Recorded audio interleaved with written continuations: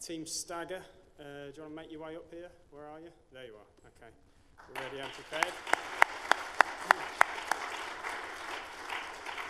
You guys set yourselves up, so I'll give you HDMI, yeah, just take that. Cool. You certainly can, please. Thank you. Is this on? Yeah, this is on. So I'll let these guys introduce themselves.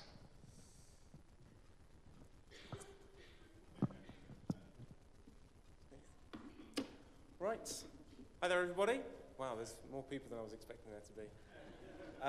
Yeah, we're Team Stagger, and we'd like to talk to you today about our social media scheduling app. Before that, let's introduce ourselves. So, hi everyone, my name is Sharon. So back at university, I started doing choreography and dance work for music groups in Asia. I also have a background in medical engineering, and that was one of the main reasons I came to the School of Code Bootcamp, to equip myself with the coding skills and the soft skills I need to get into the medtech and AI global markets. My name's Ben.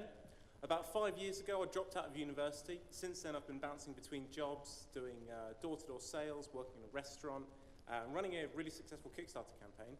But none of those things really engaged me quite as much as learning to code at the School of Code. So, what is our problem all about?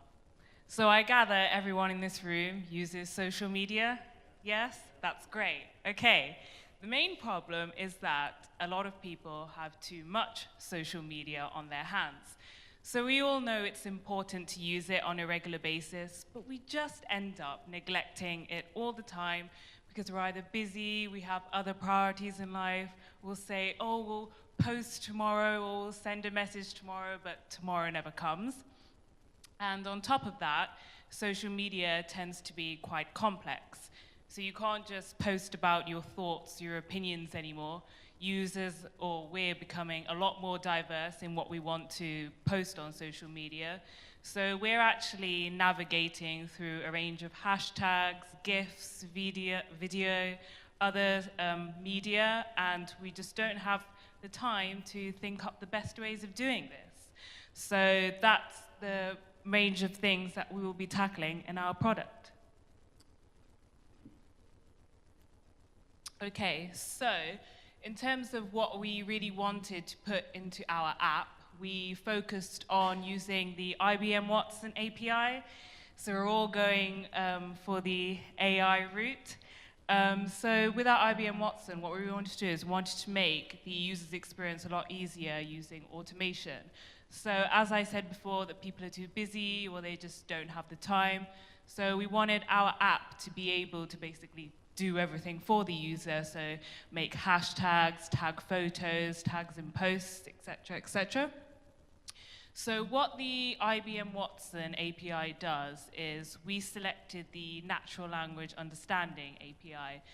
Now what that does is that the API reads through a body of text and it automatically picks out the relevant keywords or phrases that they think the user would like in their posts or hashtags.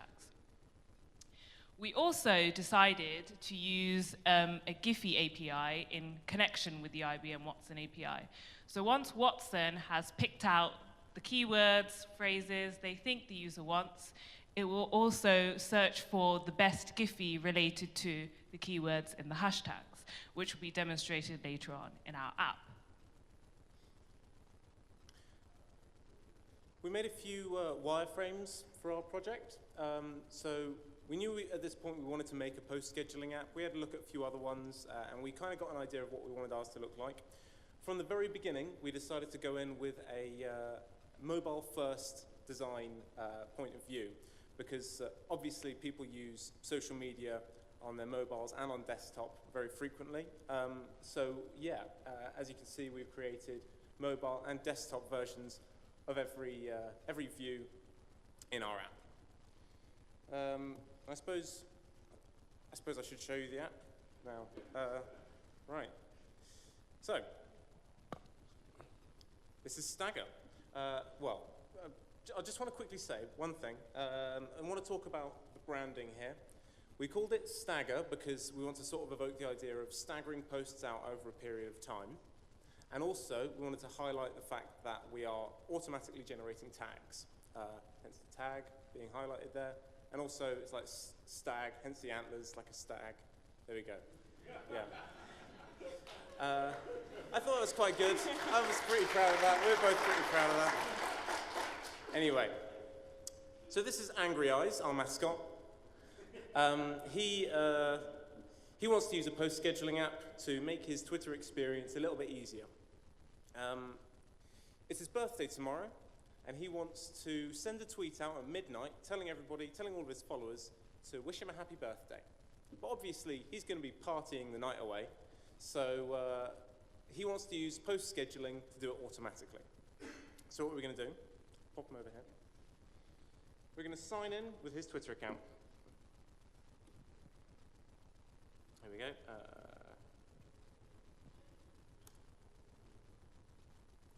So it sends us to Twitter for authentication, and then we come back to the app. So let's schedule a post for midnight tonight. Let's say, it's my birthday today, so everybody buy me lots of cake.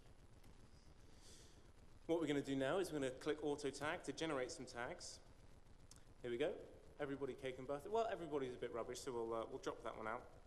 So we've got cake and birthday, and then let's generate a GIF as well. There we go.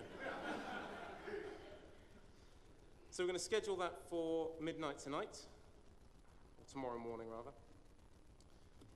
And there, thank you for posting. If we look in the queue, we can see the post is there, ready to be sent off. Just to demonstrate how it works, I'm also going to schedule a post for 1 minute from now. So let's say, it's my birthday tomorrow, and then we'll tag it. So you can also put your own tags in if you want. So we'll say, wow, birthday. And then we'll schedule that for, let's say, 1 minute from now. So we'll say 3:09. Schedule that. Thank you for posting. Again, if we look in the queue, there it is, waiting to go out. So these posts are now both in a database that's tied to this user account. Every minute, the database is checked to see if any posts need to be sent. If they do, then they get sent out. If not, they stay in the queue. We can also send posts straight away without using the queuing system. So let's say, big up, Packed Pub, thanks for all the money.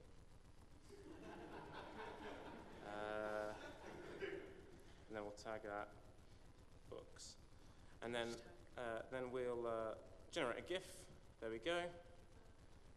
We'll send that straight away. And if we go and have a look on Twitter, also the time has just turned over to 3:09. So here we go. There's the tweet we just sent.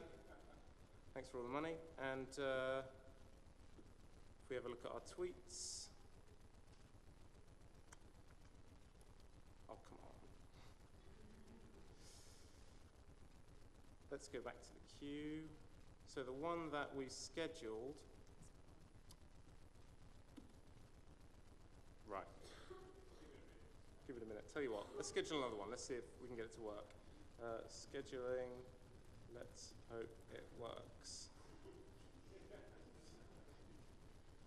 Schedule it for today at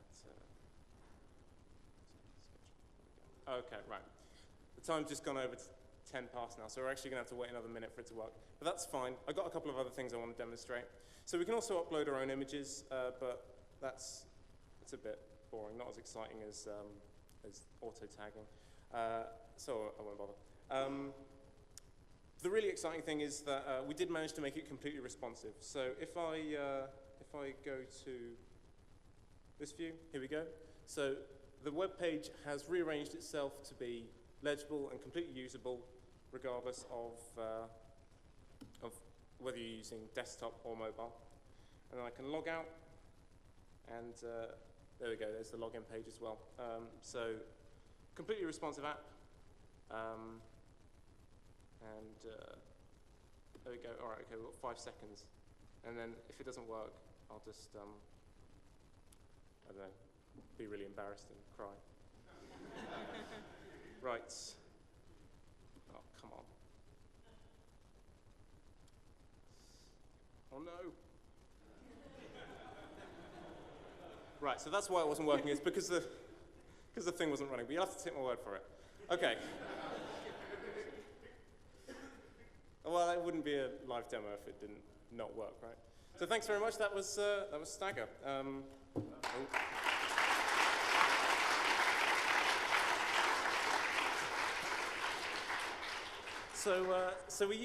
So in terms of project management, we used GitHub.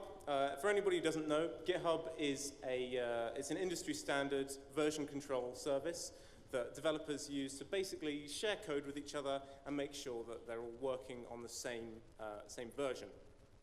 So you're not writing updates for an outdated version, or you're not doing anything that's going to ruin somebody else's code.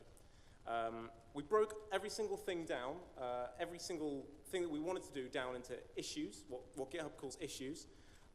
And these range from small things like picking a font for the front page to implementing the Watson API. And then we separated these issues into milestones, which gave us a really clear view of what we needed to do, how far we had come, and what we had done so far. So Waffle is another project tool we used. This was used to oversee which of our issues were open, which we were currently struggling with, and which we had successfully done. We also took a look at how our issues were open and closed over a set period of time, and the number of pull requests made for each of our issues. Ben, what's a pull request? So a pull request is it's essentially a way of preventing, how can I explain this? It's a way of stopping code from breaking somebody else's code. You make a pull request to merge what you've written with somebody else's code, and then they are prompted to review your code, make sure that there's no conflicts, and make sure it's not introducing any game-changing bugs. So one of the main working aspects of our project was pair programming and code reviewing. Now with pair programming, this was pretty much an essential part of our group. As you can see, there's 2 of us working on this group. So pair programming was used a lot for the bigger issues and milestones. So for example, when me and Ben were working on the IBM Watson API, we definitely needed the both of us getting our heads around that. Whereas for other smaller issues, we branched off and did our own thing. So for example, styling certain aspects of our app, or setting up API calls on the server side. So we could split up a bit more easily for that. But in terms of actually checking on our progress of our work, code reviewing, I feel, was a very important aspect. So in terms of code reviewing, we would get together at the end of the day, get our heads together, and review each other's code, what we had done, to check we were on the same page, and to check we hadn't broken each other's code. Very important. So in terms of where we would like to take our app, one of the main things we would really love to do with it is for the user to be able to add other social media accounts on there. So for example, their Facebook or their YouTube or their Instagram accounts, we would really love for them to be able to cross-post and schedule across all accounts at the same time. So Ben, what else could we have added? So we put some consideration into monetizing the product. Obviously, a post-scheduling app, if you're aiming it at a company that has several different Twitter and Facebook accounts that they need to update several times in a day, there's a potential for monetization there. But besides that, we also had a really high on our priorities list was improving the accessibility and the usability of the app. Just a couple of ideas of things that we wanted to change going forward. So yeah, thank you very much. So that was Stagger. It's a post-scheduling app with intelligent tagging. Thank you.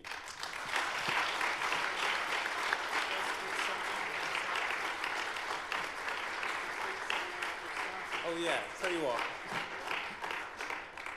while we're here. Well, no, just have a look at the sent book. There we go. Nothing in the queue. Two new tweets. It did work. There you go. It did work.